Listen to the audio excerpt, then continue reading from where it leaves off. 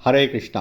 தெய்வத்திராச பக்திவேதாந்த சுவாமி ஸ்ரீல பிரபுபாதர் விரிவான பொருள் உரைகளுடன் அழிய ஸ்ரீமத் பாகவதம் காண்டம் 3 பகுதி 1 பராமரிப்பு அத்தியாயம் 7 விதுரரின் தொடர்ந்த விசாரணைகள் பதம் 4 அஸ்ராக்ஷித் பகவான் விஸ்வம் குணமயாத்ம மாயையா தயா சம்ஸ்தாபயதி ஏதத் பூய பிரத்யபிதாஸ்யதி. மொழிபெயர்ப்பு. 3 ஜட இயற்கை குணங்களைக் கொண்டு பகவான் இப்பிரபஞ்ச சிருஷ்டியை ஏற்படுத்தி உள்ளார்.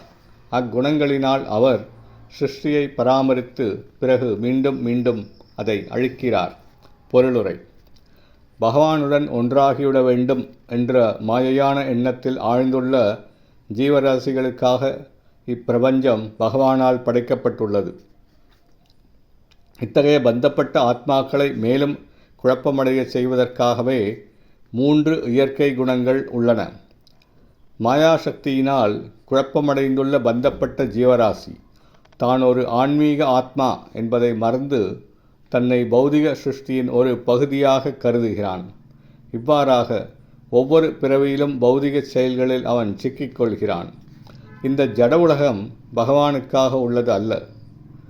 மாறாக பகவானால் அளிக்கப்பட்ட மிகச்சிறிய சுதந்திரத்தை துஷ்பிரயோகம் செய்த காரணத்தினால் அனைத்தையும் அடக்கியாள விரும்பும் பந்தப்பட்ட ஆத்மாக்களுக்காக படைக்கப்பட்டதாகும்.